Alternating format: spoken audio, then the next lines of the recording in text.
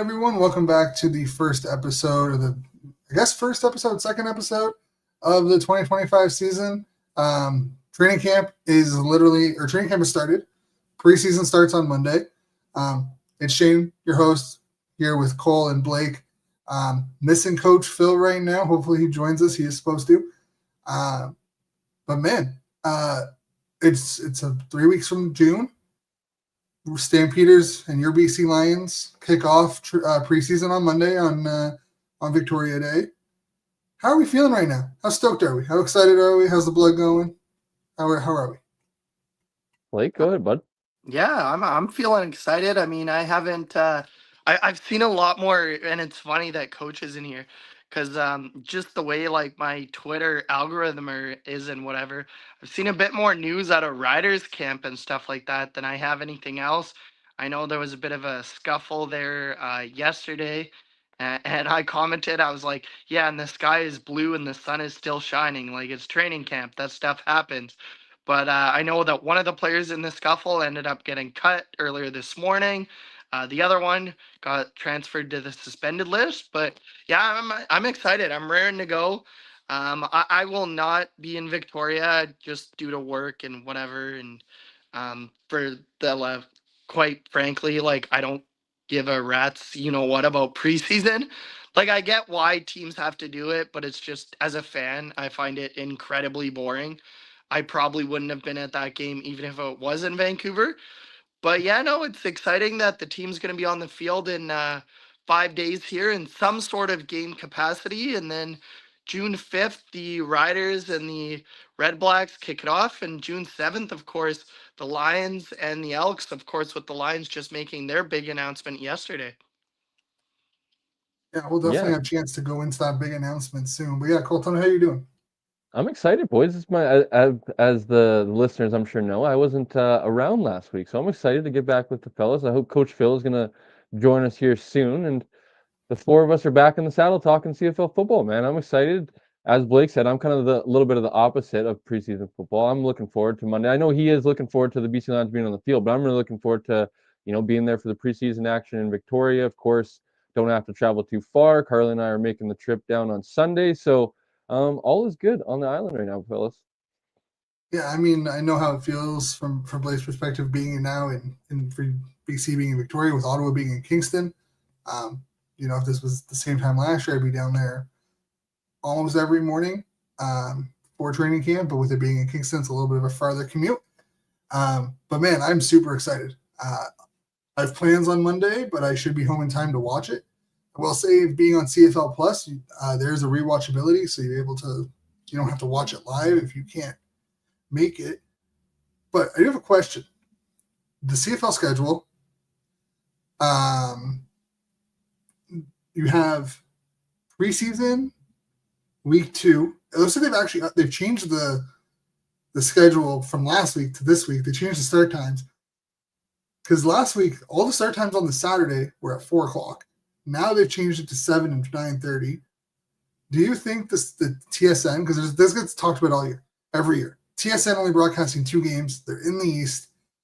What's your thoughts on it? And do you think like CFL Plus is good enough, or should we see more TSN push and TSN support come preseason?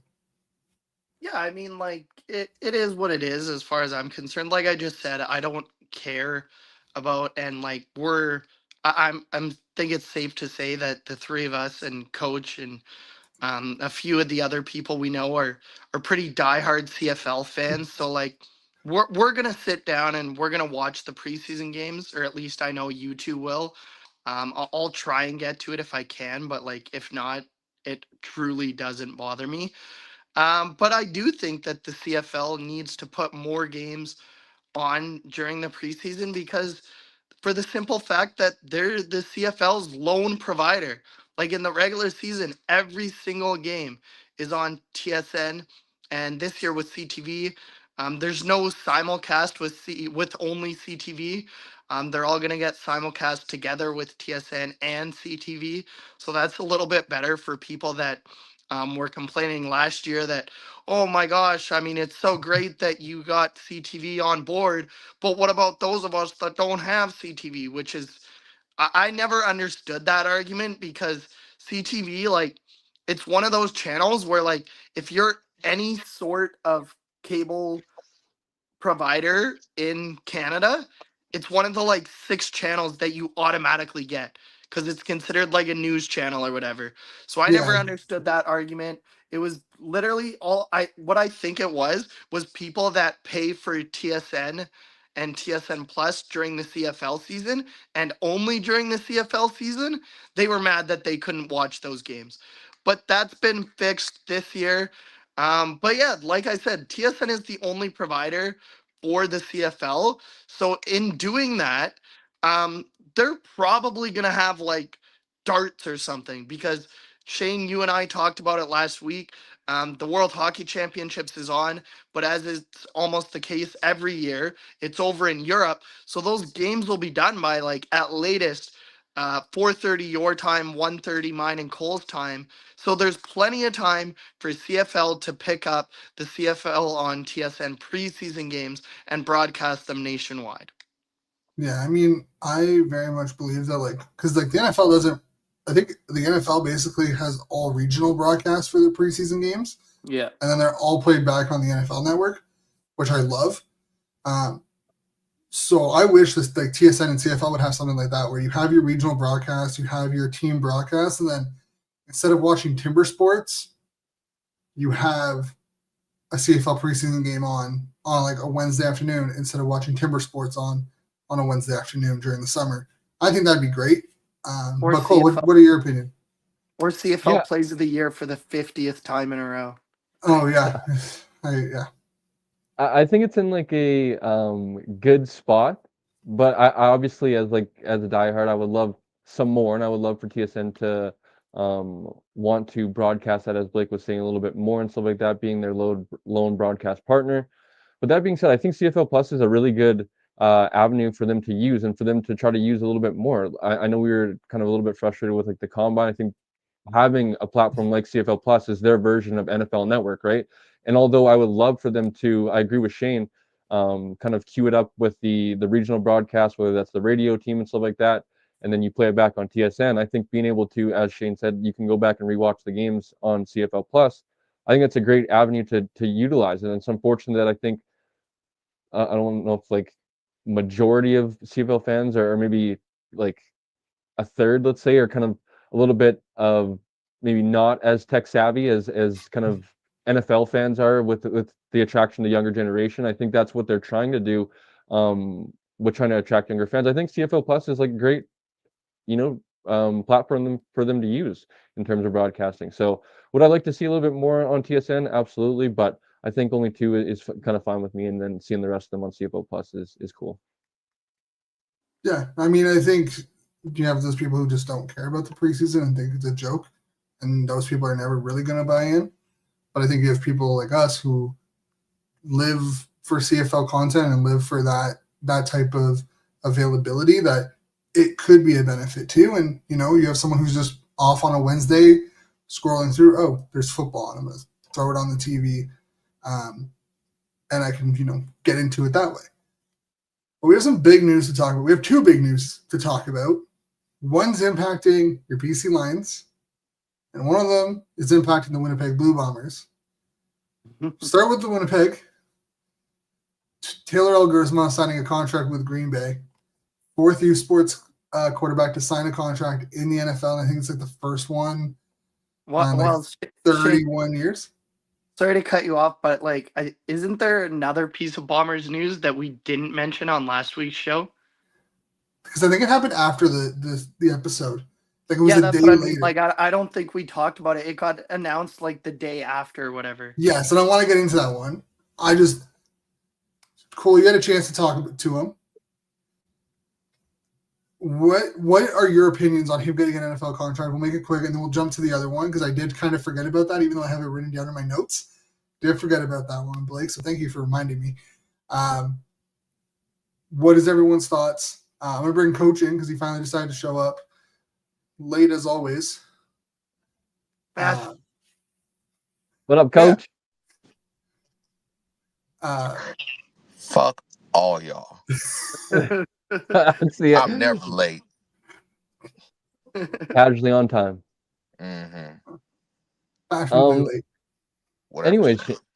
Anyway, Shane, I'm obviously pretty excited for Taylor. I know Coach had the chance to talk with him as well.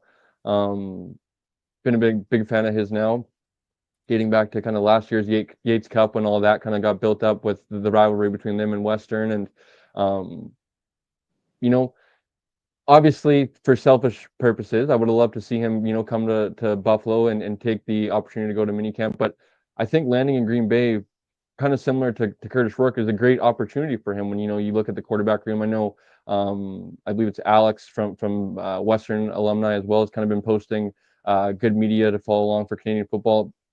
The quarterback room there in Green Bay, I think, is a good opportunity for him to compete, hopefully rise up the boards. I know we saw with Nathan Rourke kind of the troubles of being a UDFA and not really having a lot of maybe I don't know if like draft capital, because I don't know if Clifford Sean Clifford was drafted or if he's a UDFA guy as well. But guys like Malik Willis, unfortunately, they'll get a little bit more kind of, I guess, leash when it comes to sticking around on rosters because they were drafted. In terms of a U Sports guy that's coming in, we saw it unfortunately with Nathan Rourke, him make plays with the Jacksonville Jaguars for multiple games, not only just a viral game against the Dallas Cowboys, and not really get taken too seriously by the Jacksonville Jaguars in terms of really moving up the depth charts really at all. We've seen him end up getting released. So I'm really hopeful and excited for Taylor. I really hope that he does get a legit opportunity, because I think a place like Green Bay, where we've seen them have, patience with quarterbacks dating back to, Brett Favre and Aaron Rodgers and stuff like that, and obviously with Jordan Love, I think hopefully they see some potential with Taylor, and they kind of want to develop him into Jordan Love's backup long term, and he can kind of stick there. And I think seeing Curtis Rourke be drafted in a Canadian quarterback hopefully gives them a little bit more confidence that they can kind of believe in Elgersma being a legitimate backup in the NFL. Coach, go ahead. I think with Taylor, I think he went to the right place. I have to agree with Cole. I think with Matt LaFleur running the show as he has, and just the culture, he's going to a great culture with Green Bay, who loves to take time with quarterbacks. And when they buy in with you, they buy in with you for the long haul. So I think Taylor's going to be in a great spot, and he's going to be he'll be a great. I think he'll even top. If he shows what he's capable of, maybe in the next year or two, I think he could be the backup to Jordan Love. And I was a big Malik Willis guy. I was a really big fan of his, but I just don't know. I'm not very sold on him right now as we speak as a backup. But Taylor can his time. He's got youth on his side. He's very intelligent. He can grasp the playbook. It's going to be a good thing for him to be in Green Bay. Yeah, no, I agree with both Cole and Coach that I think it was a good place for Taylor to go. And I think Taylor's going to get like a lot more leash than Nathan got, or even maybe Curtis is going to get, because let's not forget, the three of us, or the four of us, I should say, that Taylor was the first Canadian ever invited to the East West Senior Bowl. And he came from U Sports to do that. So with that, like, that was a lot more eyeballs on him than Nathan and Curtis got. I mean, maybe you can debate that a little bit, because Nathan and Curtis both played down south, their college ball. Although Nathan was at a lower tier school than Curtis once he transferred to Indiana. But like, that was a huge step for Taylor Elgersma to play in that East West Senior Bowl. And not only did he play in that Senior Bowl, he made plays. Like, he didn't throw touchdown passes or anything like that. But I think back to the one play where like he kind of scrambled around and then ended up with a 55-yard gain or whatever it was down the sidelines that I believe ultimately led to a touchdown run. He didn't throw for the touchdown, but it did lead to a touchdown for his team. Yeah, I agree. And I think looking at that quarterback room, he's the second best true quarterback on that roster. And if given like a true chance to show what he can do and show he belongs in the NFL, I agree with Coach that in like 3 years, like heading into 26, essentially 27, he could be Jordan Love's backup and being, you know, kind of a Jimmy Garoppolo type situation where you're an injury away from proving that you're a starter in this league, and then who knows, and go from there. Because yeah, he has age. He's only 23, so he has plenty of time on his side before he has to make a decision on what he wants to do. Yeah, I think lastly too is like the thing that are going for both Taylor and Curtis is like compared to Nathan is they have the measurables, right? They're both I think over 6'5", 220, big bodies, prototype quarterbacks in the NFL. So I think that is kind of something that's going in both their favors.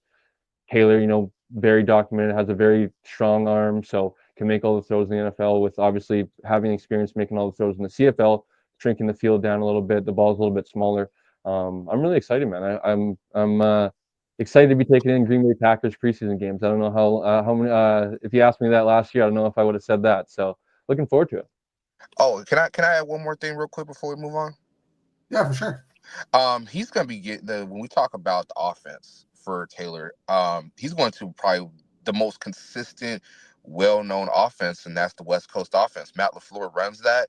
He runs his own. He has he's under that Mike Shanahan tree, like a Kyle Shanahan, a Sean McVay, that style where it's more motion, it's more move guys around, but you still have to be precise. You still have to get your timing down. You still have to be in ways.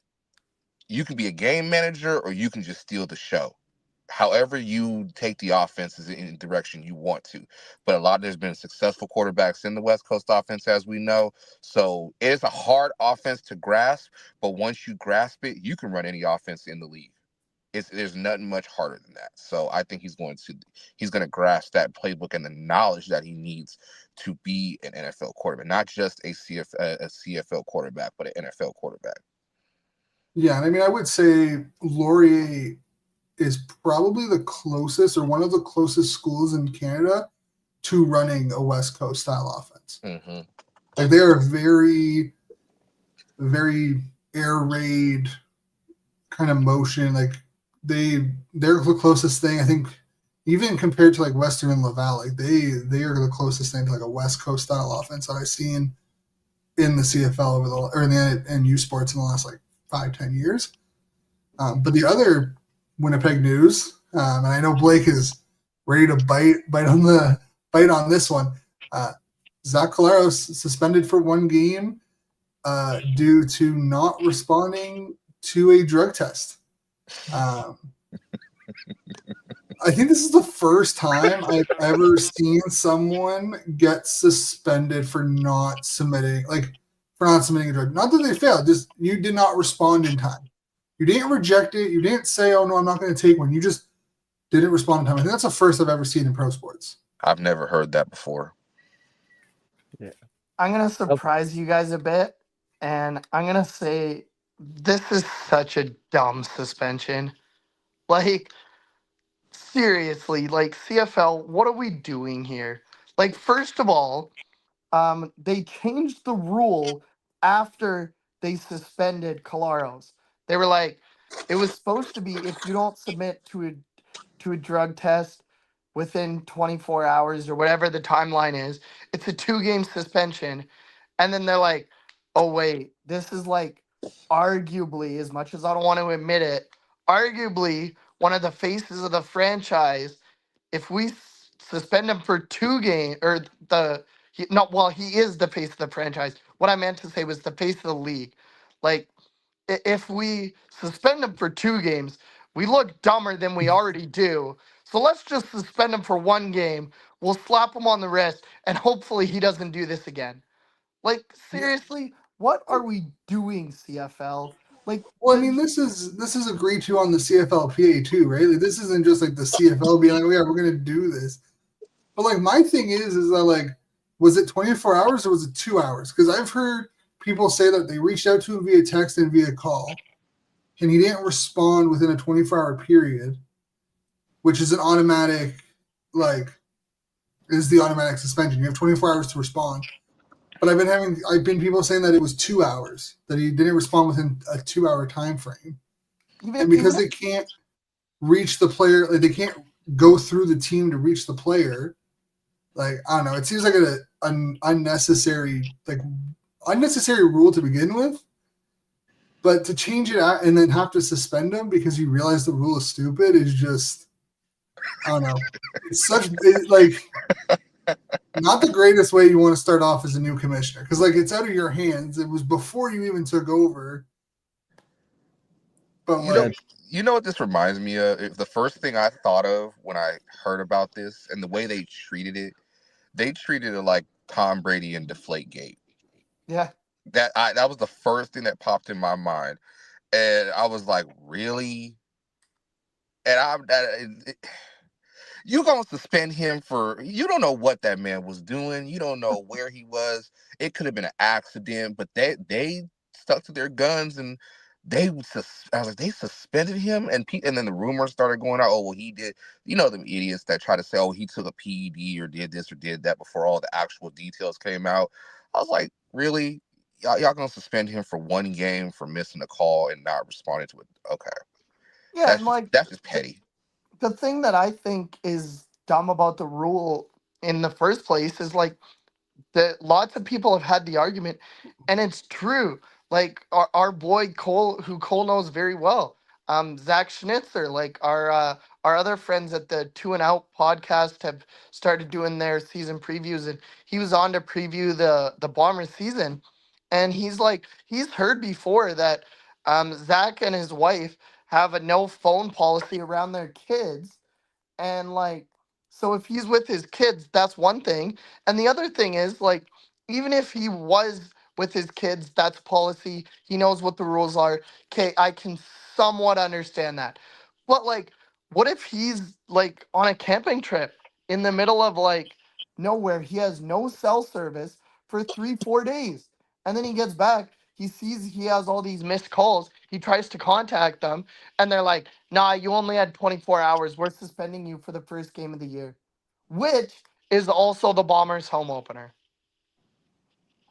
yeah, I mean, it's the risk you play, right? I think, again, this isn't anything new. The CFL players have to be aware that, hey, if you're unavailable, you're not able to respond. If you're not, I think what's stupid is that you can't go through a team. I think that was the biggest issue is that you can't reach a player. You can't, the group that they use can't go through a player or go through a team to contact a player. They had to contact the player themselves. I guarantee you that if they're able to go directly through Winnipeg, and I want to talk, I feel like that's not a big enough issue. No one's talking about that. Is why aren't they going through the team? Why aren't the teams involved? Because I feel like they should be going through the team. The team should be aware that, hey, we're going to drug test this. This is a list of players on your team that we're drug testing. Let them know that they're being drug tested. And I guess it's because they don't want teams who are, if they're partaking in it, if they're responsible to have that type of information. I guess that's maybe their argument. But I don't know. I feel like if I'm a team, I want to know if my players are being drug tested during the offseason. I should be able to contact them and let them know, hey, you need to come in or you need to go get a drug test within 24 hours. Yeah. Yeah, it's a tough look, boys. It's especially when you're a big defender of the CFL to a lot of people that are just NFL fans. That's I feel like a lot of my mission, right? Is try to get a lot of people that are my friends, my age, to come watch the CFL and to kind of fall in love with the CFL. And these things do not help. They're kind of related to when last year I forget who won on the missed field goal, but when the weird random Toronto. Yeah, with the weird random CFL, but go on. the weird random CFL rules that come up, and you're a team won because they missed a field goal and it went through the back of the uprights, and it's I can't defend it. I have no idea what to tell you, but that's a rule, and it's the guy got suspended for not responding. It's just it's hell. I hate saying it, but it's close to bush league shit, man. That's just super not professional in my opinion, and it's as Shane said, I think it's a super tough way for the new commissioner to start as well, because he has to kind of put out these fires now of why the hell is it. Blake kind of was face of the franchise. He is absolutely one of the faces of the league, Zach Collaros, of now he's not in, as Blake mentioned, the game versus BC where it could be, Rourke versus Akalaros. That is not the case now anymore. And it's just like a very tough look to start the year. Yeah, I mean, to play devil's advocate though, right? If you reach out to a player and they don't respond within 48 hours, 72 hours, they could be. But if it was 24 hours, that's like, come on, man. If it's like 48 hours for sure, 2 days for sure. That's a little bit like, so okay. I mean, but 24 hours, that's devil's advocate. I can understand why they have that 24-hour limit. My big thing is why aren't you reaching out through the teams?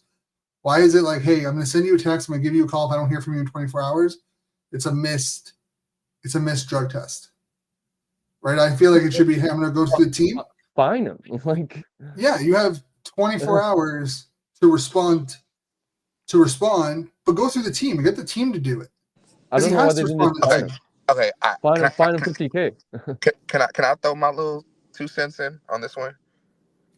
It's a freaking drug test. It ain't like he's a repeat offender. It's not like he's been in it before. I have to agree with Cole. It makes it look bush league. It's not a good look.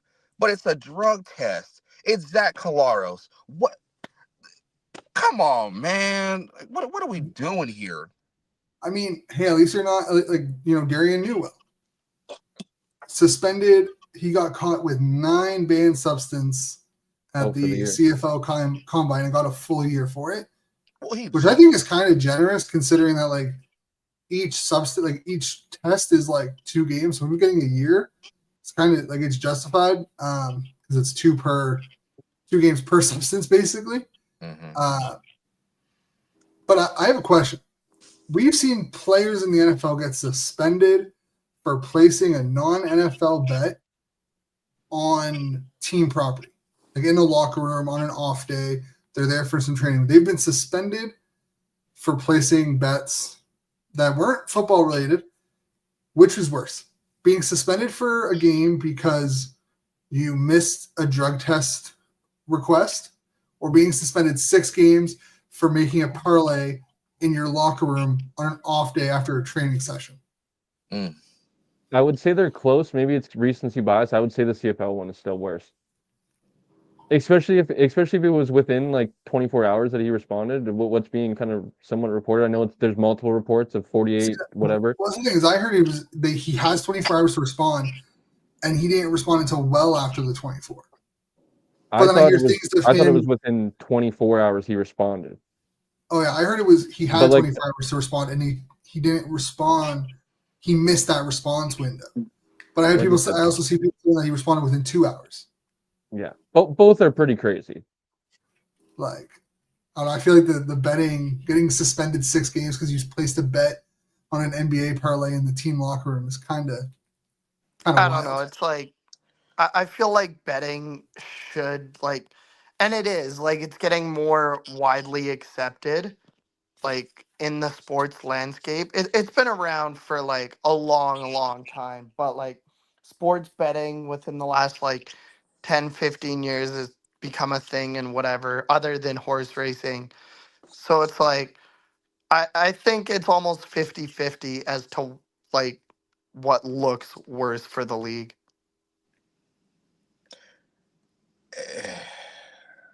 Parlay down here, the parlays are parlaying, but I gotta say the 1 game suspension is just ridiculous. I think it's stupid. I think we all agree Both on are that. crazy. That's real stupid. That is just dumb. No, it is it's and you guys all know I'm the biggest Bombers hater on this show, but as Cole said, to take Collaros out of the Bombers home opener, which just so happens, you would think that technically I should be happy because by the suspension, it would give the Lions better odds to win that game. But I want to see the best players take on the best players. I don't want to see Chris Streveler start against Nathan Rourke in the Bombers home opener. The crazy thing is it might not even be Streveler. I know everyone's hyping him up and stuff like that, but it's the guy tore his ACL. There's no guarantee that's him. They released Patterson today, didn't they? Yeah, they did. So it's like, who knows who the heck it could be? And that could be a mark. That could be. Obviously, we're talking about if, ands, or buts. So it's a little bit of a tough subject, but it's just like, We fine. know it I won't don't be know why. Elgersma. Yeah, you know, it won't be Elgersma, that's for sure. Uh, But it's like, I don't understand why they didn't fine him. Like, fine, I don't know. fine him I feel like 50K, if you, I think 75K, if you 100K. find them, change the rule. I think that's totally an acceptable response. Right. That's what I mean. That's like the logical response. Is like, Or fine be, him, especially because they changed the rule. That's the part that's like, dude, you literally like, or do They what the like changed it NCAA after did. a big time name got caught. That's exactly. If this was like anyone other than Zach Claros or Nathan Rourke or Bo Levi Mitchell, like I don't know, Cole. Let's pick a random name. Like I'll pick this name because you know him. He played junior football. But like, if this is Kieran Poisson, I guarantee you that rule is not changed. The only reason it's changed is because it was Zach Claros. Exactly. I was just about to add to that and Um, say the same thing. They're making an example out of Zach Collaros just because it's Zach Collaros. What has Zach Collaros ever done that's egregious? This is like Nothing. He's been squeaky clean his to be whole thank fair, you. like this is the your thing though, is that career. like the CFLP agreed to this. So like the CFL also bears some responsibility on this because like why are you agreeing to this? Like why did did you they agree? ignore it? Yeah, Like I feel like this You is gotta something that give like you gotta give a little to get what you want. I feel So like you this gotta isn't read the something fine print. I feel like this is something that the CFLPA shouldn't give a little to get a little. I feel like this should have been one they put their foot down on. But in other news, BC, another solid kickoff concert coming your way out west. Snoop Dogg was announced. I know Cole, you were hoping for Nickelback, but you seem to be happy that it was Snoop Dogg instead. Uh, I'm shocked that I'm kind of surprised that Snoop Dogg, but not really. I feel like he'll perform for anyone nowadays. Uh, but yeah, tell me your thoughts. Are you guys excited? I mean, we saw him in Ottawa a couple years ago for Blues Fest. It's a hell of a time, that's for sure. mm. Dude, Amar Doman this guy just spends the money, man. I love big shout out to Mr. Amar Doman, number one. I am looking forward to this very much. Shane, as you mentioned, I was pulling for Nickelback pretty hard. I think that's like a nice all generations. Nobody's kind of upset. Hopefully, maybe some of the younger generation that are kind of like Nickelback haters now, because I know there is a little bit of that. Like Mm. that's a nice, the OGs per se, or like the dads and the grandpas. They're cool with Nickelback. My generation, is cool with The Nickelback. dad rock. It's a good kind of even ground. Snoop Dogg, I think, is also a good play, but I'm a big fan of Snoop Dogg. I've seen Snoop Dogg. It was actually my first concert. I went to go see Snoop and Ice Cube play when I was 10 years old. So I'm a big fan of Snoop. Getting to see 50 last year, it's kind of like being able to see some of these cool like icon rappers that are like my generation type thing. So like Shane, I did not expect them to do this, but Snoop Dogg will play for anybody now. I'm sure it's a big check that he's getting to come out here and hopefully, unlike 50, he's gonna maybe stay and watch the game. But who cares as long as he puts on a good show, I guess. Yeah, no, I don't think he's gonna stay at the game. I think he's gonna be like 50 and he's gonna leave. I Um, think there's a chance because he likes football. yeah, true enough. He's a big like hockey guy and whatever. He does interviews with like the Anaheim Ducks and LA Remember Kings. when he was on Chell? Yeah, Yeah, yeah, and stuff like that. Yeah, no, I think it's great. I mean, like I know, there was jokes for days yesterday when the announcement was made, and like the arguments are they're so dumb, number one, and like they're so typical CFL fans, number two. It's like oh well he's not Canadian, like with the political climate right now, it should have been a Canadian. It's like, no. Amar's job is to get the best performer possible. Like, if they're Canadian, great. Like if it was, I don't know, a random like Cole, sure, we'll use Nickelback. If it was Nickelback, then great. That's an awesome band. They're Canadian. Cool. But like maybe Nickelback's not available. Like Brian Adams is another name who like I'm glad it's not Brian Adams because like I've seen him in concert like 3 times now. My parents are big fans of him. They actually asked me to go to a fourth one, like in September, and I was like, no shot. There's no shot. But like I'm just using those names as Canadians. Yeah, I think it's great. Like it's not my genre. Like I'm not huge into like the rap and like the R&B and hip hop like I'm sure Coach is and I know Cole is and Shane, I don't know. No, I don't mean that in a bad way. It's just like I think Oh, cool. Dude, that's What you trying to say, Blake? Coach catches oh, strays. that's Mm. I'm kind of an every genre type of person personally. But like, yeah, He no, ain't like wrong. He ain't wrong. I love rap and R&B, but but still. yeah, no, like it's like, and I was just gonna say, like, I'm sure Shane, like, that's kind of his genre. I'm really not into that, so like, I wasn't super thrilled. Um, no, that's not the right way of saying it. Like, it's not. It wasn't my first choice to have 50 Cent last year. Snoop wasn't my first choice this year, but that's my personal preference.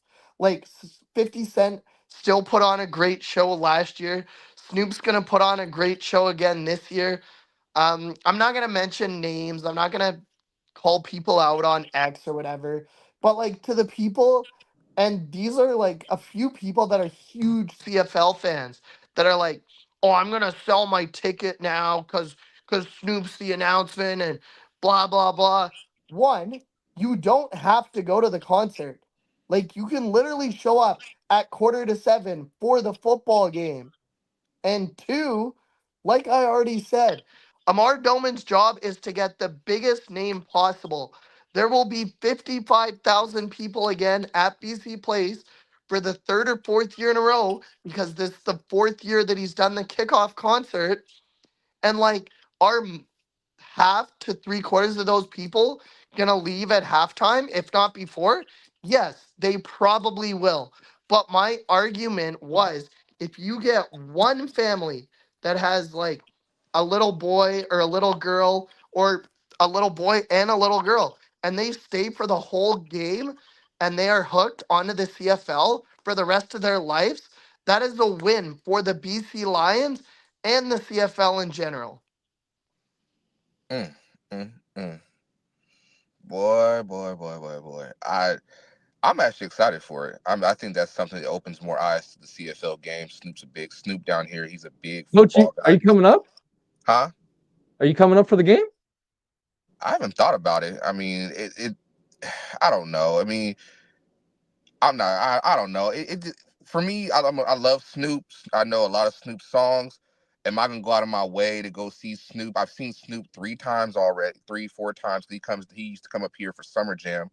But it all depends on what he's playing. If he's doing certain songs and I know the track list, all right, I'm with it. But there are some Snoop songs I can do without. So it all depends. I mean, it's a good pick. We're gonna be sea walking all over the place and it's gonna be fun. But for those people that sit there and criticize and say, "Oh, we didn't pick a Canadian," it's like, okay, but like you said, Amar's supposed to pick the best people.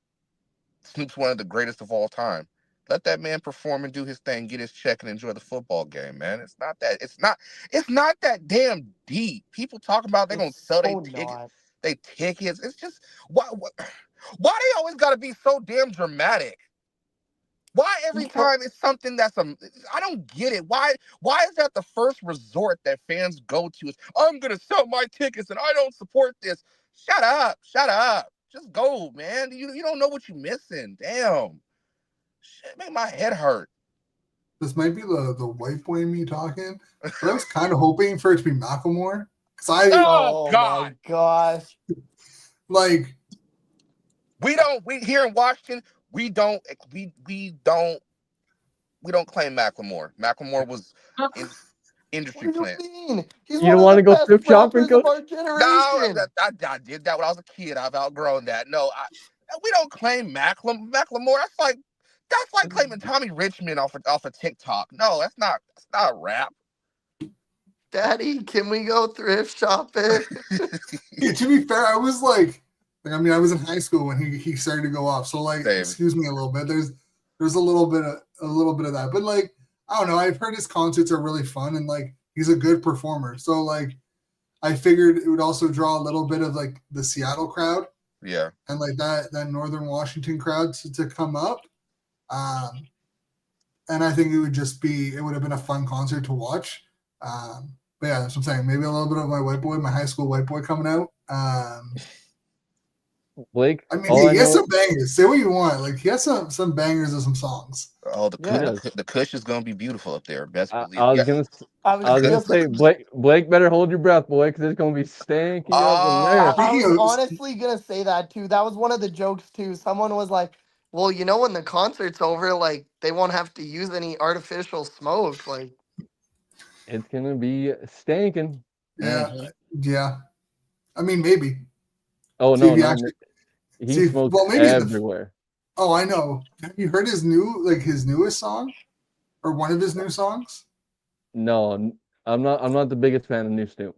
But what is it He like has literally a whole song about like how his like doctor told him to stop smoking, and him being like, "Nah, I'm gonna smoke till the day I drop." It's the trippiest video. If It you is know like Snoop- if you I like watch it nothing- when you're nothing less. intoxicated, you might freak out type of video.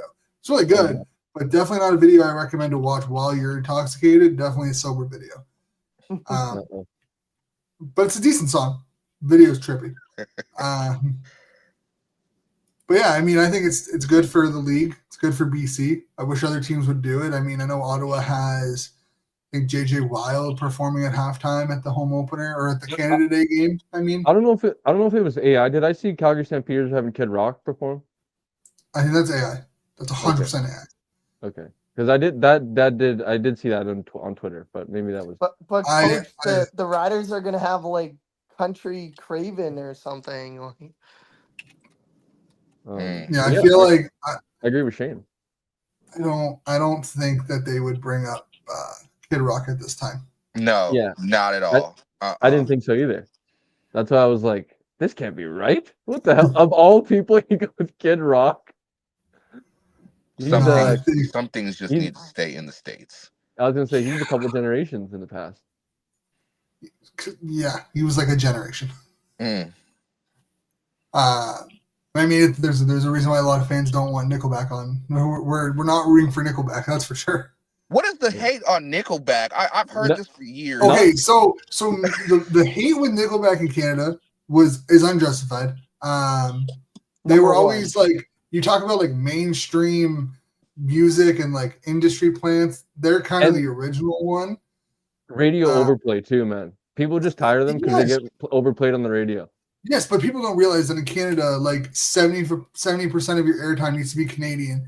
And when you're producing album after album full of bangers, They got. They're- Thank you, Shane. they're Thank going to you. be, like, let's be real. Albums of It's not- bangers. It's not like they were playing the same song on repeat like some other artists, and digitally and making up their numbers.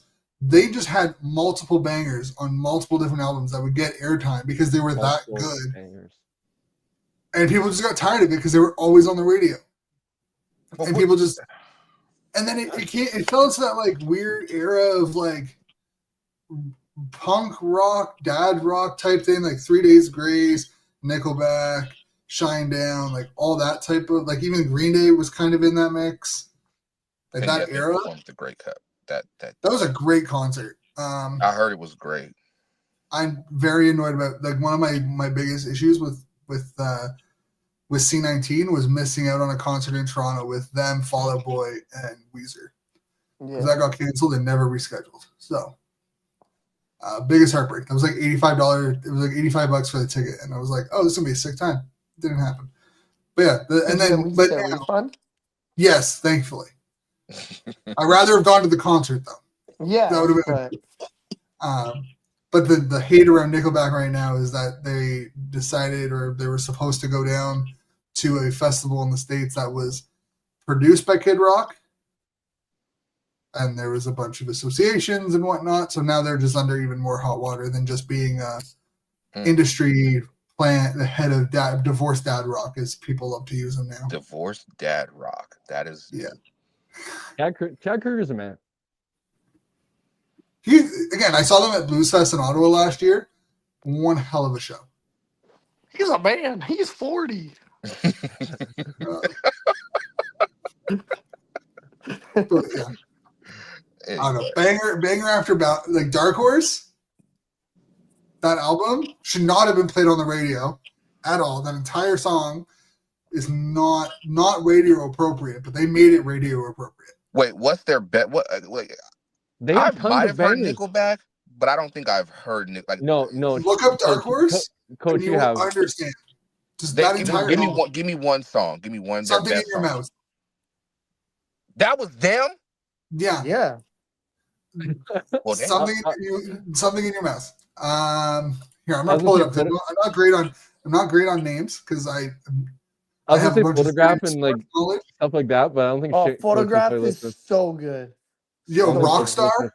Photograph. Last so you got Rockstar last Saturday night or something like that. Animals. Again, the Dark Horse album is elite. I'll check it out. How You Remind Me, Burn It to the Ground. There's some soft in there too, Coach, but you got to be in the right mood. You know, Nickelback. What mood is it gym appropriate or is it like? Yes, There's 100%. There's some for sure. Gotta Be Somebody. Don't be We're putting going out Photograph tonight. on in the gym. That they did one song from. I'm a wrestling fan. It was "We're Going Out Tonight." That was Yeah. okay. They also did Going out Saturday. tonight. Yeah, that went okay. Now we're talking. Saturday Night's all right for fighting. They got bangers, Coach. All right, I'll check them out. They had it Here and Now, When We Stand Together, Lullaby, some of their slower stuff. I love how this just evolved into like Nickelback love. Appreciation. But yeah, just listen to their entire discography. But I will say, Dark Horse is their best album. It's their most like upbeat, like gym appropriate, energy inducing album. Nickelback. Unnecessarily hate. And also a ridiculous amount of records sold. They're like one of the most sold rock groups in the last like 25 years. It's crazy. I mean, I would go ice skating and listen to Bryan Adams. That's the closest thing I'd get to. I mean, I'm just saying. I'd ice skate to Bryan Adams. I mean, he has some decent songs. Blake obviously disagrees. No, it's not that I disagree. Like, he does have some good songs. I have a couple that are on my playlist. Like, I'm just sick of seeing him at concert. Damn, That's Blake. Yeah. No, I understand it. I mean, going to multiple concerts for the same band can get tiring for some. For others, people love it. They make it a whole ass like personality. Follow them around. Yeah, Swifties. No, God, no. God. Can we talk about CFL again? Please. Yeah, let's end it at the Swifties for sure. Yeah, that's a good way to end it. Yeah, going back to the CFL, preseason action starting on Monday for week 1. It's the only game of the week. And then we're into week 2 over the weekend. Anything you guys have noticed? Wait. Before we talk about that, can we also talk about how dumb that is? Like, why can't they just make that whole week? Like the Lions and the Stampeders, and then the I know the Bombers and the Riders play each other for both preseason games, which is also incredibly dumb. But like the 4 games. So like I think the Lions play the Elks in the second preseason game. Like, can that just all be week 1? Like, what's the point of having one preseason week 1 game and then a week 2 and then a week 3? I think it's probably something to do with the CBA and how it like gets scheduled and scheduling requirements with the players. Yes. And what would you call it? Like week 1A, week 1B? No, like just all week 1. I know, but how would you differentiate them? Like why is that so complicated? You don't need to differentiate them. You wouldn't differentiate. That's the point. It would just be week 1. It would start Monday and Saturday. What are you doing Tuesday, Wednesday? Why are the weeks separated? That's probably exactly. That's my point. But it's the days, right? Okay, so week 1 starts Monday. Yeah. And then it ends Saturday. But what are you doing on like Tuesday, Oh Wednesday? Jesus! Training Why is it gotta camp. be so damn complicated? Just make everybody play 1 week, then another week, and then we get into the regular season. Why is it got to be so damn complicated? Because we have 9 teams, and our scheduling is stupid because of it. We need to get a 10th team anyway. That's another thing. Defending the CFL, uneven amount of teams, man. Like, golly. Come on. But it makes for some fun action down near the end of the season too. I will say. I mean, if we lost Calgary, I wouldn't complain. But... I'm surprised you didn't say if we lost Winnipeg. I mean, if we lose the Rough Riders, can they come back with an original name? I didn't know that was coming. I'm just saying, if we're losing teams. We're going to name them the Green Wave or something? Damn. Just who had the name first? Ottawa. So that history is kind of complicated. So No. Who had the CFL name first? So Ottawa technically had the CFL name first. Okay, explain technically, Shane. Because there's a gray line. If you can't say confidently that they had it. Let me explain. Okay, so in like the 1920s, they had the Eastern Rugby Association at the time when the Ottawa Rugby Association was playing. They were called the Ottawa Rough Riders. For whatever reason, the owner thought it was a good idea, dumbass, to rebrand as the Ottawa Senators for like 3 years. Don't understand why. He was a dumbass. During that time, hockey team though, they were the hockey team for like through the 20s. So Senator, yeah, but I mean it's like yes, but it's also like how Pittsburgh, every major team, like how this like football, baseball, and hockey have all been called the Pittsburgh Pirates at some point in that city's history. So wait, really?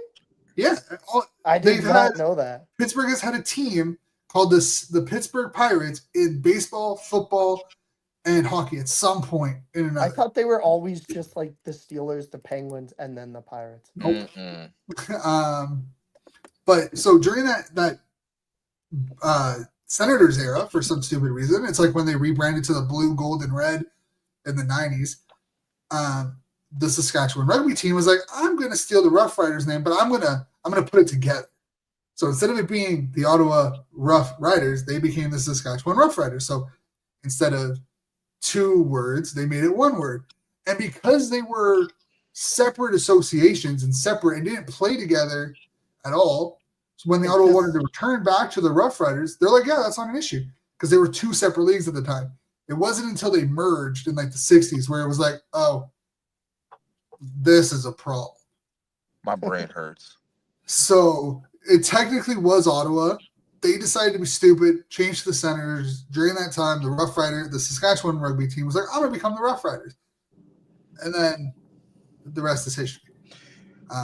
You know what? The CFL can't afford to lose teams. Let's just put a team in Halifax and we'll be back to an even 10 and call it a day. Put it in London. Hell. Or Windsor. That's just easier for you. That's not easier for everybody else. Hey, what's easier for Ontario is what's easier for everyone else. No, Isn't that what everyone else in West says? Classic, yeah. This is what Don Taylor always talks about, Blake. Get a 4th team in Ontario. That's exactly what we need. The damn suits in Toronto. To be fair, if it's not going to be Halifax, it should be Quebec City. Yeah, I agree. Quebec City. Yeah, but then you have 2 teams in Quebec and you have the exact same problem that you have in Ontario right now. But they had the same issue with hockey, like the Nordiques and the fuck their name, the Canadiens. Like that. It's to be fair, the Nordiques were just horribly. Wait. So you know about this better than I do. Like, how far apart is Quebec City and like 6 hours? They're like 6.5 hours away. Are they that far? Yeah. Oh, okay. Then I changed my mind. It's not a problem anymore. Like the Montreal Carabins have like such a loyal following too. Like people love football in Quebec City. Yeah, but aren't they? The Carabins are in Montreal. Well, then Laval, whatever. The other. Yeah, I was like, why are you comparing the team that's literally in Montreal? Both teams. So I knew I couldn't be wrong. Like, Oh, it's like 2 hours, 2.5 hours apparently. I thought, it's like 6 hours from Ottawa, or like 4.5 hours from Ottawa.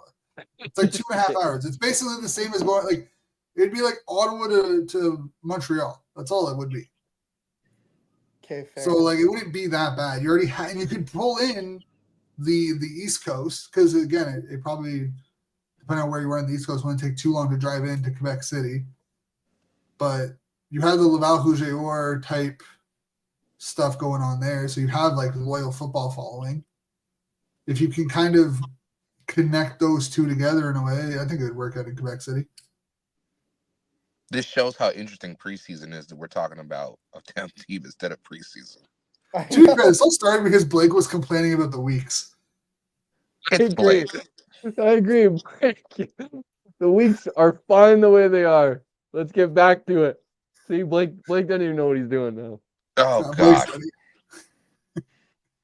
God. Some retirement news due to injury the last couple of weeks. Yeah, getting home in Ottawa. Yeah, I mean, you got Dante Bull in Ottawa. Tunde Adeleke retires for unknown reasons, or at least they haven't actually said why he retired. So I don't know if it's injury or if he had something with his actual, like his other job that he wanted to prioritize.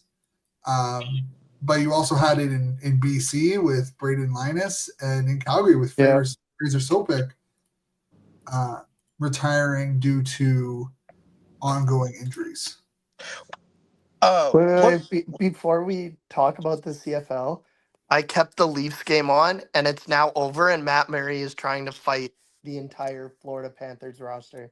What a goat. Go at it. He got brought in after the 5th goal, and after the final buzzer, he's trying to fight the whole Panthers roster right now. Hey, it seems like he's showing more emotion than their captain ever has. Fuck the I don't Panthers. even think does he have a point in the round? No, Matt Murray, like the third string No, I know goaltender. I'm talking about Matthews.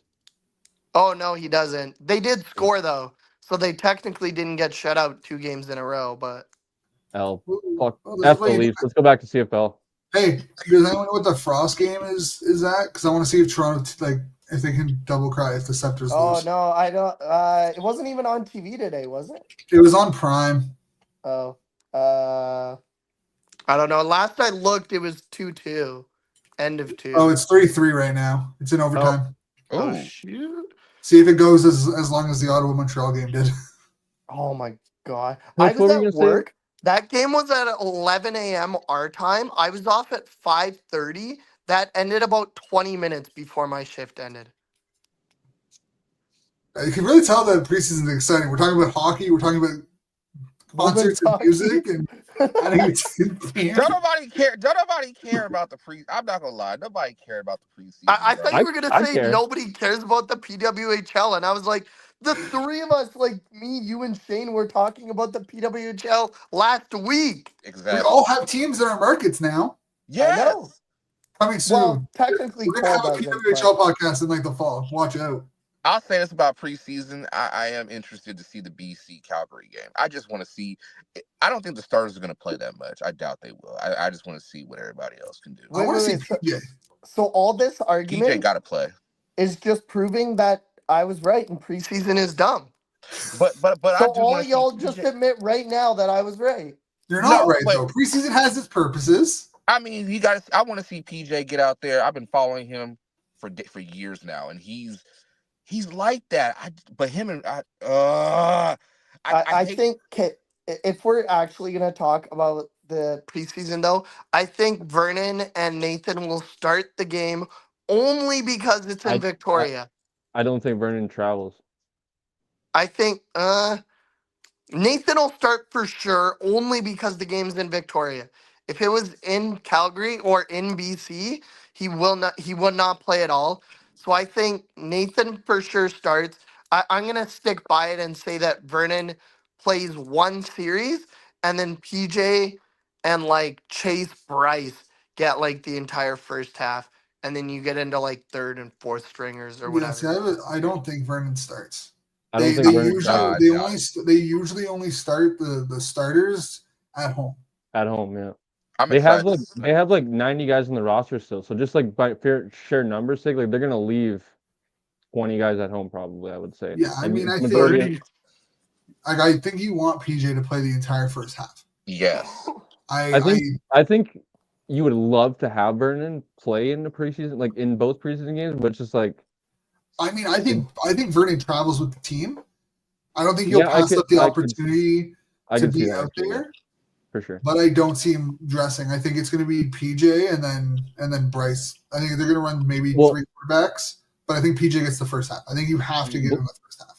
Blake, obviously it's different, but like when BC went to Calgary last year, he traveled with the team, didn't play. So I think I would agree with Shayna that he probably does travel. I would play wrong on that, but I don't think he plays. Just there's no like just for injury purposes. Yeah, I mean, you have 90 guys on the roster. I don't think, and like it's football. Technically, every snap you could get hurt, but like I don't think he's gonna get hurt playing one series. No, especially if he hands the ball off twice. But anything is possible. Weird shit happens. He I get that. Tears his knee, hand like, the ball. I was just gonna say that it's like temporary field. Maybe he steps wrong or whatever, but or even like look at Aaron Rodgers too, right? Yeah. One snap, he was out for the year. Yeah. And like weird play, right? Defender kind of came off. You've seen it in the CFL too, right? Ricky Ray in 2018. Yeah. Got tackled really awkwardly in the first game, and last year in week 1 it was Stubblefield, wasn't it? Tore his ACL and was out all year. Yeah. I think you feel a little more comfortable at home, and that's kind of like the thing in the CFL. You want to give a show, right? Yeah. So I mean, when Ottawa travels to Montreal, I don't think they're gonna like. You're probably gonna be seeing Schultz and Brown and probably not Adams. You're not gonna see, and you may not even see Schultz. You might see just Crum and Adams. I wouldn't be surprised. Like BC obviously want to put on a show. They're playing at home, so they will bring a lot of their starters. I wouldn't be surprised if they leave a few guys in Kamloops either. Like I doubt Dejon Allen gets a chance to play because he's dealing with back spasms. He hasn't practiced yet. So I would think he probably stays in Kamloops. Maybe guys like Christian Covington, older vets that really don't like maybe Gary Peters is kind of like a fan favorite, so maybe they want him to go and show face for the fans and stuff like that. But I could see even a few more guys staying in Kamloops too. Yeah, I think you can definitely see some guys starting, like some of those BC starters playing on Monday for like maybe the first quarter. And then giving it to the second and third strings. I want to see James Butler play. Because we haven't seen him play since week 9 of last season. Yep. Like if that's one guy that should play. Inexplicably benched. And then he had a jaw problem and whatnot. So they said. Yeah. So I don't know. I want to see James Butler play. I also want to see McInnes play. Because I want to see what McInnes can do as even though it's preseason, I kind of want to see if he can, I want to say produce, but at least show out. If he plays, he should be able to dominate. Because like we just talked about, for Calgary, it's probably going to be almost all third and fourth stringers. There'll be some backups too, but yeah, theoretically, right? Like they kind of touched on it a little bit in Arrow Up. Like I don't know if it was, it must have been 2022 when O'Connor was on the team too, and BC took a bunch of backups to Calgary, and they smacked us. So it's like you said, you'd hope that if Justin McInnes and Nathan Rourke and a lot of those guys are in, James Butler, that they're looking good against 2s and 3s versus Calgary, which is no shame to them. That's personally why I like preseason. I really, it's kind of, we've seen in the NFL now a little bit of a lot of starters will come in for a series and they'll be kind of done for the rest of preseason, where I feel like starters can get in rhythm through, good tempo practices and stuff like that. Where I'm looking forward to is seeing the Lions draft Jackson Finley. I'm really excited to see if he gets any first team reps. Christophe Boyu, obviously last year's pick, but they're position battles, right? In the interior, I'm really excited to see who runs with the first team. If it's George Una that continues to get the run with the first and second team, obviously they're pretty high on him and starting at right guard. Tyler Packer, can he push Mike Couture? For Calgary, I'm really looking forward to Kalani Robinson. I know Coach is a big fan of him. He's a West Shore Rebel guy, so he's returning to West Hill Stadium where he played football. Kieran Persson, and there's the junior guys. So that's why I'm a big fan of preseason personally, because I do somewhat agree with Coach and Blake that like preseason doesn't carry a lot for even like diehard fans. Like Blake said, right? Like he won't be disappointed if he can catch it, he can. If not, no big deal. It's more so like getting an opportunity for those like roster bubble type players, second and third guys to like put on film that like, hey, I can play in a game type situation, or guys that like they don't get a lot of practice reps because they are third and fourth stringers, and you're getting a lot of reps, or you're giving a lot of reps to the first and second team, right? And you don't get a lot of like opportunities and teamwork. That's what it's important for you to like, hey, go make a play in preseason so that we can remember you, whether it's staying on the practice roster, whether it's, you know, you're cut and you get brought back like later in the season. I think that's why I personally like preseason, just because like seeing like the depth of teams who might be able to like come up and actually make the team in future years and develop and stuff like that. So like that's personally what I'm looking forward to, a lot of those battles. I'm interested in just seeing good football. I mean, no matter, we joke about it preseason, but it's the opportunity for the guys on the bubble, guys that will fill things out. I want to see guys go out there, lay hats on special teams, and just do their thing. That's going to be fun to watch, and get everybody back in the rhythm and see what they can do. I want to see Burke or Buck. Yeah, Buck too is interesting, but like, will Damien Elford play? Like, will the number 1 overall pick play? Yeah, like that's another thing too. Is like, I agree. He should absolutely. I don't know if you guys heard, but I believe Stuart Johnson's going to be at the game, so that's pretty cool too. That'll be kind of his first like public showing, I guess. Appearance, yeah. But I mean, I want to see what like how Buck. I mean, I know it's preseason and like it won't be all the cards, but I'm very interested to see how Buck calls the game, runs the game, and how he controls the sideline. All that matters is when the Lions are in the Grey Cup game, how he calls that game. That's there. You know this. We all know the Buck Pierce script. Play action here, play action there, slang it downfield and get intercepted. We know the script.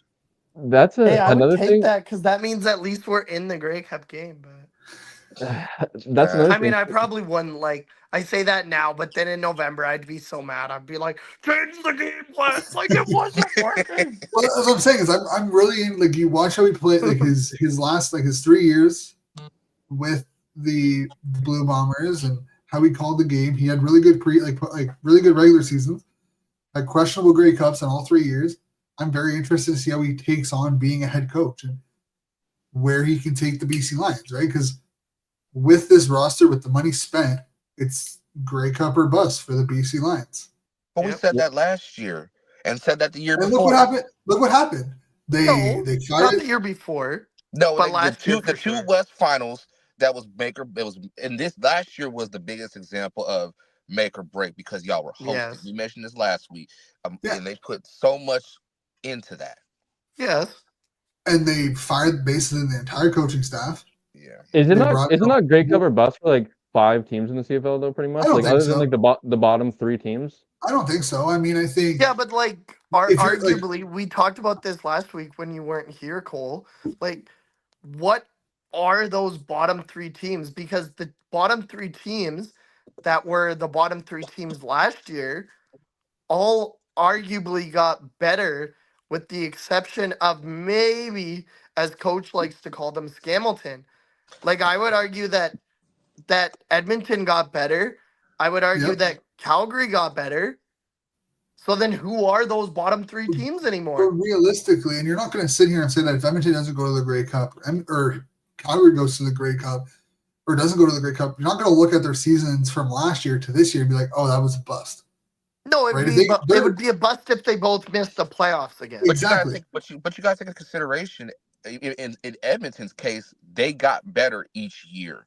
So this year could be the year they break through in the West. I think for Edmonton, it's playoffs or bust. That's what I'm saying. Right? Like for Edmonton, the baseline is like, we need to go to the playoffs. Yeah. And I think Calgary, Calgary is like, we want to be competitive. If we miss this year, you know, we still have VA under contract. We have guys coming up. Yeah, but we want to be competitive. We don't want to be 14-4. I don't think. No, I'm not saying they're going to go 14-4, but I don't think VA would. Like, and maybe I'm contradicting myself by saying this because that's almost what happened last year. But like, I don't think VA would accept mediocrity, like a 6-12 or I mean, that's not mediocrity. That's bad.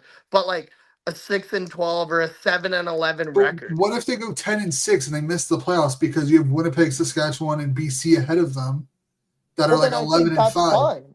right? But that's still a win of a season. I wouldn't say it's like a. It It's would be not. It's not a 10-8 bust. because we're My- in the CFL. But Yeah, anyway, But for me, the jury is out on BC, not because of the talent, it's because of Buck. That's my yes, only thing that I'm looking at is you can call it. It's different between calling a game as an OC and calling the game as a head coach, as we know. and Yeah. calling a game as a head coach and OC, 'cause isn't that what he's doing? Duvier is doing Yes. he's wearing two hats. Like, unless what he's gonna be like Dinwiddie, who calls the plays but doesn't put the playbook together and has his run and pass game assistants kind of work that in, and he just does all the play Toronto's calling. just weird in general because like that was another preview that I heard, and like they're the only CFL team that has the co-defensive coordinators, and apparently like one of the DCs basically makes the game plan, but then it's the other one that calls the game on game day. That's Uh, normal down here. It That's- makes sense, and hey, they've won 2 Grey Cups with Dinwiddie, so like Yeah, in 3 years. clearly Yeah, he's no, I doing get something it, right. But my thing is like, I think if you look at, there's probably only 3 teams that are Grey Cup or bust this year. I think it's BC because you have Nathan Work, you have the money attached yeah, to this roster. it's the Riders. It's Winnipeg because I think losing 3 straight. Claris is getting older. Willie Jefferson's getting older. Stanley Bryant's getting older. Like you can't They're not keep making the Grey Cup this year, but anyway. running those guys. Said And then that it's last Montreal. year, and look what happened. And like I think Montreal's Grey Cup or bust. You picked Davis Alexander over the guy who brought you a Grey Cup. I You have I to would show argue- that. I look at No, BC. I would argue that it's like I would add one more team. I think the Riders are Grey Cup or bust, especially after last year. Yes, I think think- it's 4. I think it's 4. you have the magic. You have the team that can do it. But to be honest with you, and Cole, you're gonna either love this or hate. What the hell? Sorry, this boy done put together the broom and a stick and trying to get his football off the roof. You can't make this shit up. Cole, you're gonna love this idea I have, and that's I see BC the same way I see the Buffalo Bills. You got your quarterback, you just paid him all that money, but what can the people around him do? Can your defense step up? I see them just like the Buffalo Bills. Yeah, no, I would agree. I think they need to get over the hump as well. Something Boy, that what MacGyver concoction have you put together? oh god, something that like with Buck Pierce, I agree. Like the kind of question still out on Buck. I'm looking forward to like we talked about like he's gonna be calling the plays and stuff like that on Monday.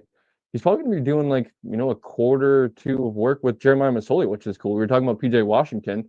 It'd be interesting to see what Jeremiah Masoli looks like in PJ Washington. Jeremiah Masoli looks in a different uniform. It's going to be a little bit weird, but hopefully he's kind of the veteran that can maybe run his offense very good. I mean, like I'm fine. I mean, obviously I don't want Nathan to get hurt, but like if he were to get hurt, like he's a serviceable backup. Yeah. Like he's not gonna, like coach likes to say, he's not gonna win you games, but he's not gonna lose you games either. Like he's gonna game manage is what he's gonna do. Damn right. Yeah, I mean, talk about He's a guy a good whose game career- manager. He's good. Yeah, his career was just derailed by injuries. Like from Yeah. 2019, like he was looking to be one of the next best. Well, in that like, QBs in the 2021 league. CFL shortened season, wasn't he a MOP finalist? And like He was he getting got up there, hurt. then he got hurt. Yeah, he got hurt in the Grey Cup game, and he would have, like, if he doesn't get hurt, I would argue that the Bombers might have 1 Grey Cup in the last 5 years, not 2. Well, you gotta also say, fuck what's his name that messed up his leg, Dane Oh, Evans, yeah. or- No, you know what I'm talking about. the Rough Rider defense. Garrett Marino? Garrett Yeah. Marino, yeah, fuck Oh, Garrett Fuck Marino. I wasn't Yeah, even yeah, listening yeah. to the conversation. I knew what you guys were talking about. See, I don't like him, so I forgot about him. But yeah, no, for sure. And I mean, but his first injury in 2019 or 2018, when he had that non-contact, when he first tore his ACL, Yeah. non-contact injury early in the year, like that also didn't help, and it's been kind of a continuing snowball effect. People talking But about I want to see him ball at BC. If like he was balling in that Grey Cup against the Bombers. He was balling. He can't take that for he can do it. You know. That's what I mean. And then he got hurt. Yeah. and he threw I'm that interception in overtime. Yeah. I'm curious too. Yeah, but like, that was not his fault. No, Yeah. the ball got deflected, and it is Bad what it is. Bad read. It was also they would have won the game if they didn't concede the single. Yes. Bad coaching decision there by Steinhauer. One of the few that you can say during his career, in my opinion. Mm. But like I get why they took Oh. the single, like the field position and whatever. But like you have to trust your offense at that point. Yes. 100%. yeah, but I know we got to get going soon because the two BC boys have things to do tonight. So before we wrap up, I got some questions for you. Some Okay. rapid fire, early preseason predictions on who you think is going to be some award winners. Nathan Rourke, MLP. Who do you guys think is going to win the MLP? Cole, we'll start with you. Shane, I hate to do this to you, buddy. I'm gonna have to cop out and say that I'm gonna save my answers for a future video. So TBD, but I would love to hear from you guys.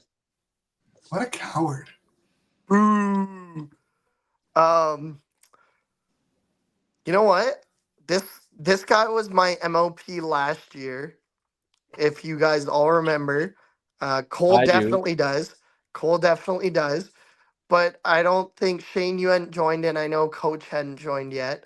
And he was on MLP level until he got injured in week 6 or week 7 or whatever it was, and was out the rest of the season. I think the MLP this year from Delta BC and Siakam secondary will be Tyson Philpott. Back to back, Blake. Eh? I like it. Hey, he's He not was wrong, on though. MLP He level was on until he got MLP. hurt. Blake, was I the told favorite.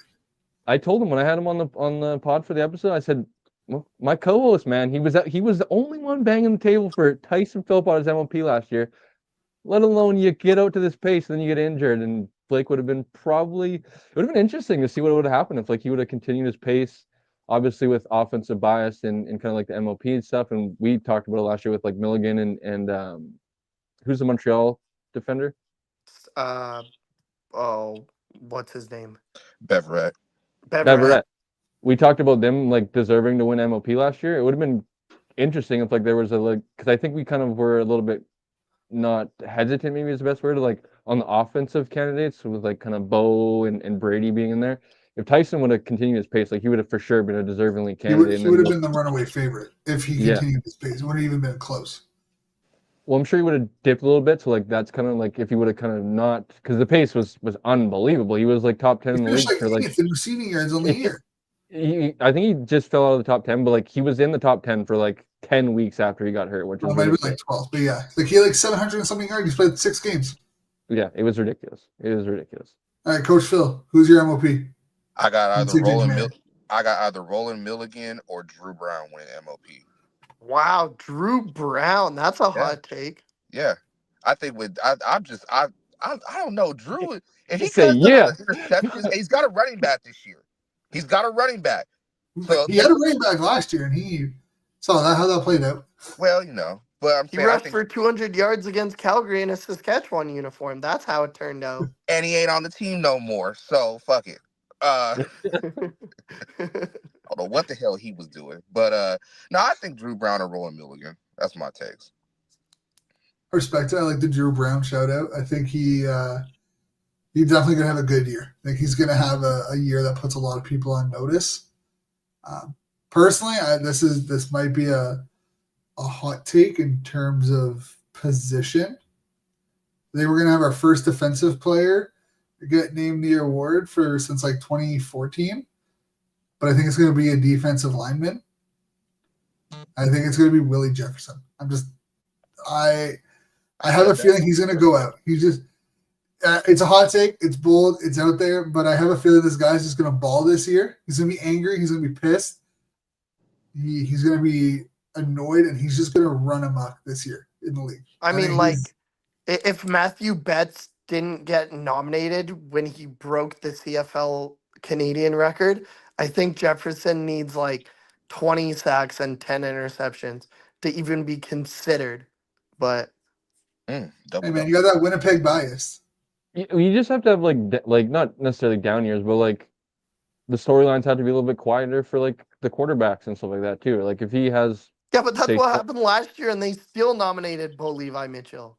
yeah, but he Yeah. didn't win. I mean, I think if Willie Jefferson can put up a historic year, which we all know he has the skill to do. Yeah. I think if he dominates the way that we know he can do, I don't see him not being in the conversation. But with Willie, it has to come down to that motor.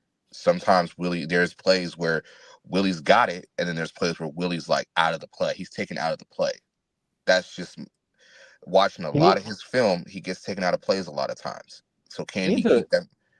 He needs a Robin again though.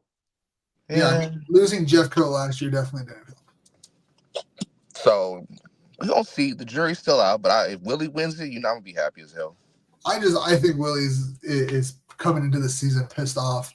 He put up a Grey Cup MVP type performance. He should have won it. And have your offense kind of Yeah, but piss the it Bombers away. should have won the game if he wanted to win the award. That To be fair, it shouldn't have been Arbuckle. It should have been McManus. Or Yeah. Jefferson. Like Should've we're been straight up. I Arbuckle, think but I'm just saying they're not going to How- pick someone from the losing team. But I still don't know how Arbuckle won. He pulled a Nick QB Foles. bias. Because he was the Hollywood story. That's the He's the only QB. reason he won. he's the QB. Of the winning It's team. the QB bias. It always is. He's It's back like up again. it's like Brady winning the great Super Bowl MVP when they beat the Falcons, even though like James White had like 4 touchdowns. And had like all 3 of them in the second. Like he had the tying one and the game winning one in the second in overtime, and they gave it to Tom Brady. I mean, But the guy who put up over 100 yards and 4 touchdowns didn't get it. Like it's just I mean, in fairness, I don't think James White cares because he has a Super Bowl ring, but no. I'm He just might- saying, like he might. realistically, his more performance. Super Bowls than Josh Allen has. Hey, shut up, coach. I mean, look at like You can't even beat Kansas City. Oh my God, we're talking about the CFL, coach. All right. No, there's only one team in the AFC that can beat Oh my gosh. the Chiefs, and Themselves? those are the Bengals.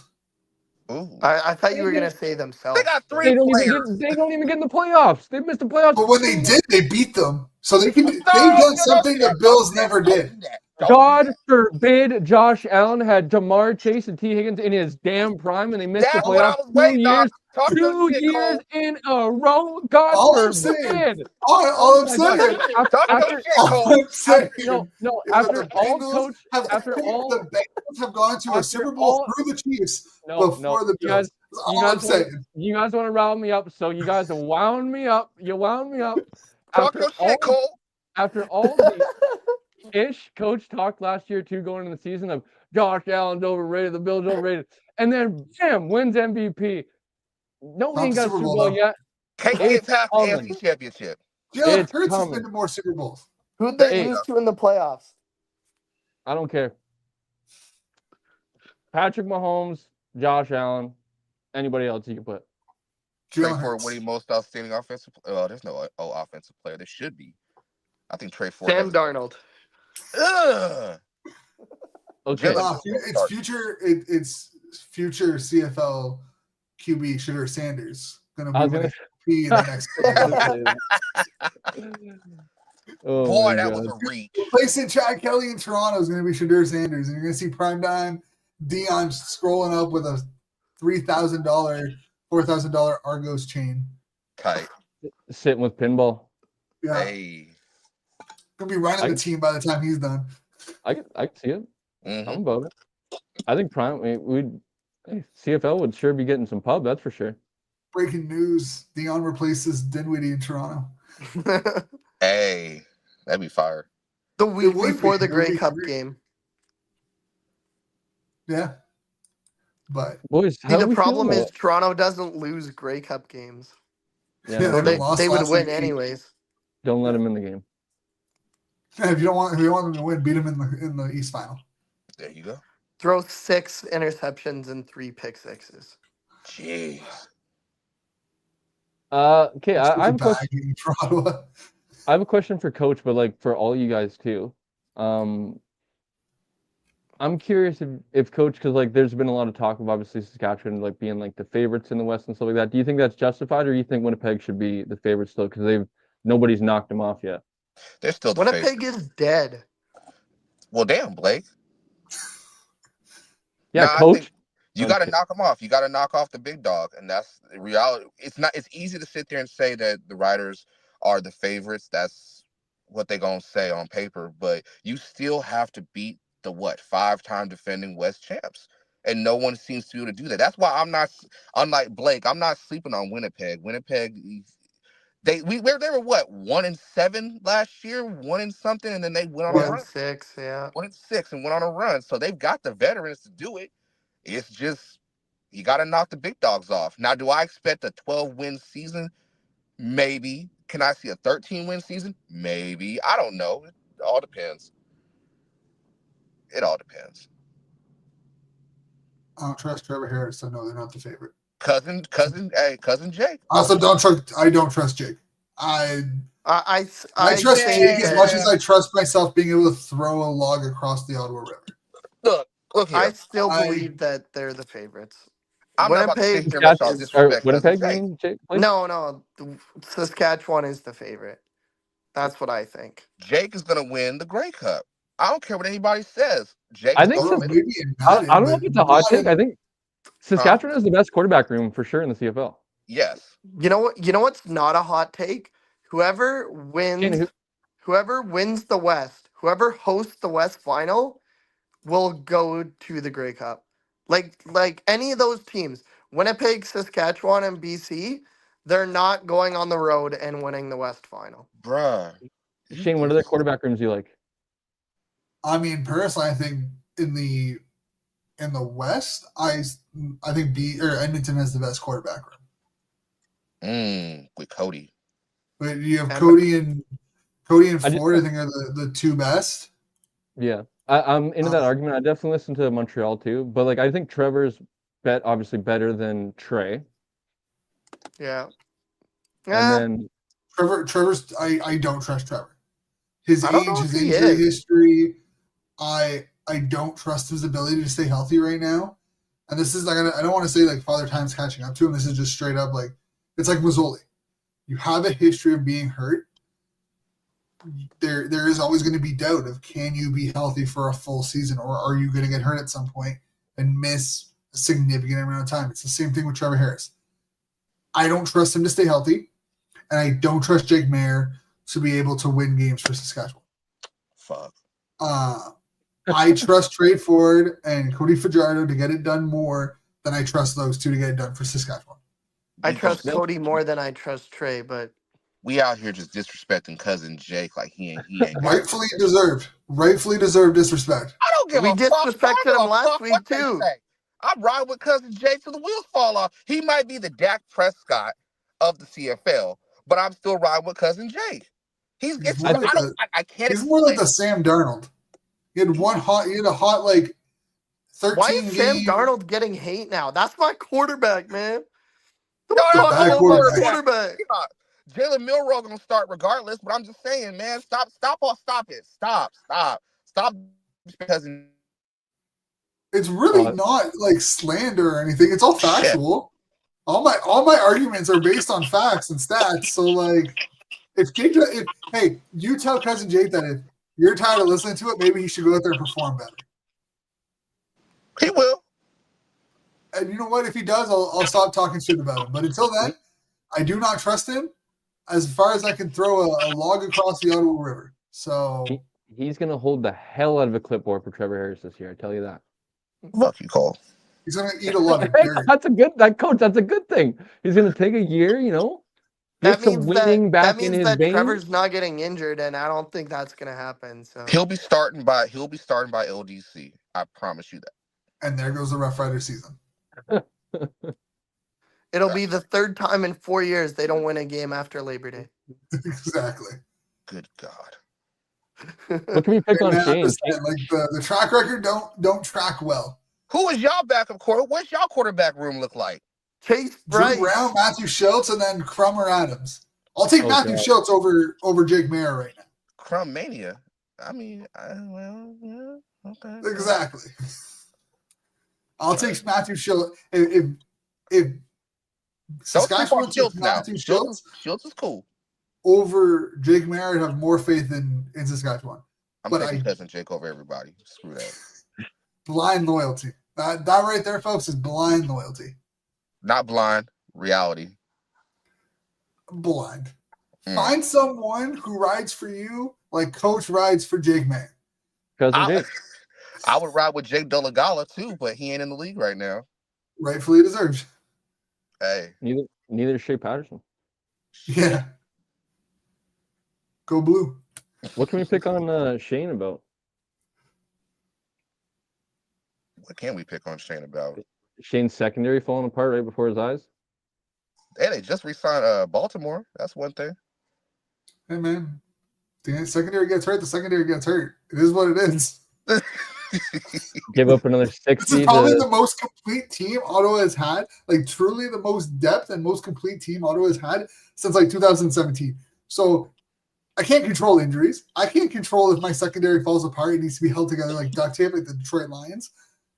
It is what it is at that point. Y'all need to start Dawson Pierre. That's one thing I'll say. I thought I wanted to win games. Dawson Pierre is not going to help me win games. He is a special teams player, and that is where he will be for most of his career.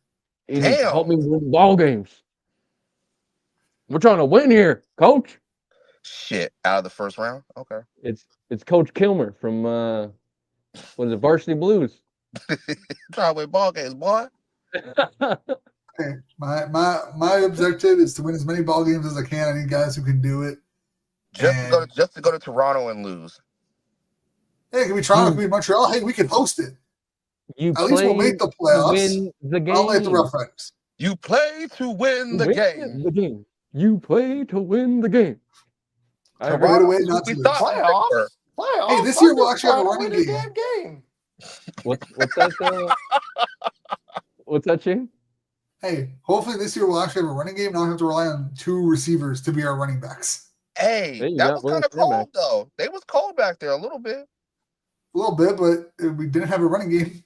The shit. Well, hey, y'all try to be San Francisco 49ers out there with Debo. Yeah, but they have Christian McCaffrey. Our Debo was our running back. Well, now they got Trent Williams. Now you guys just pissed me off because you brought up those guys. Who? The 49ers. The Niners. Oh, why, the Niners your team? No, I hate the Niners. So does everybody in Washington. You mean Curtis Rourke's new team? Oh. So? For now. They got Brock Purdy. Brock Purdy's going to be yesterday's news, folks. Just wait. And Josh Brock Purdy's going to be eating a lot of grass. You don't even say it, Coach. I couldn't even hear you over Shane, so I'm not even going to listen. Oh, fuck you. I'm just saying. I don't know. Josh Allen ain't going to get it done this year, boy. Oh, he is. What? I'm a coach. I can't wait. I'm going to come back here next year when we're talking for the CFL and be like, Fuck. Another first round exit for the Buffalo Bills again, and the Seahawks are the last team standing as Super Bowl champions. My expectations. I believe that, and I've been a Seahawks fan for 30 years. We ain't. My expectations is a 9-8 record and another first round playoff bounce being trounced like 37-2 because our offense can't score a goddamn touchdown. Who? Steelers. Oh God, poor you. George Pickens. He got traded. I know. I mean, I'm fine. I have no issue with that. But like, I'm just gonna not another winning record under Mike Tomlin's belt just to get trounced in the playoffs, buddy. Woo wee! Love that as a Steelers fan. Yeah, the mid-round pick. Woo! TJ Waddle ball though. TJ Watt finna get traded. Anyways, that might be the end for me. Blakey out, buddy. Yeah, I gotta head out here. As much as fun as this was, I gotta leave a bit abruptly tonight. So, as per always, fun with you, Coach, and Cole and Shane. And Shane, I'll talk to you next week. I don't know It might be very short, but I don't know if I can make next week happen, but I'll let you know. Yeah, sounds good. All right. I'll talk to you guys later. Have a good All one. Later, All later, right, bud. buddy. See ya. All right, well, I know it is 7:30 out in out west. And I know Cole needs to get going, so we'll wrap up real quick. All right. Uh, I gotta get out of here. yeah. So, Cole, where can the lucky people of the world find you and your content? You guys can find me on Twitter or X at Cole McGarvey. You guys can find me on Instagram over there as well. And then you can find the Canadian Football Fanatics on Twitter at _CF Fanatics. And you guys can find us on Instagram at Canadian Football Fanatics. As I said, going to have some videos coming out for the CFL season, predictions, all that sort of stuff. So head over there and support. Awesome. And Coach, where can we find you, and what are you up to with the season around the corner? YouTube, Coach Phil Reacts, on Instagram, Coach Phil 425. We finna get rolling, and we're gonna have some fun. Me and the boy. Love that. Well, thank you guys for joining. It's a pleasure, obviously, talking to you guys. It's always a lot of fun. Preseason gets in full swing next week with 4 games on the docket over the weekend. We'll be 2 weeks out to the regular season. So if you enjoyed this, you'll definitely enjoy more, because as the games get real, the banter in here gets even realer. If you want to see what you're up against, go over to the Canadian Football Fanatics YouTube page. Look at any of the videos last year. Coach Phil likes to rile up a lot of people. So that's always fun. And then we'll probably poke more holes at Cole for being a Bills fan. That's for sure. That's okay. I'm used to that. But thank you all for joining today's episode. Remember, like, share, subscribe, hit that notification button to stay up to date to all the live streams. Will be up every Wednesday on YouTube and Twitch. Yeah, enjoy your weekend, and we'll see you back here next week. Yes, sir. Later.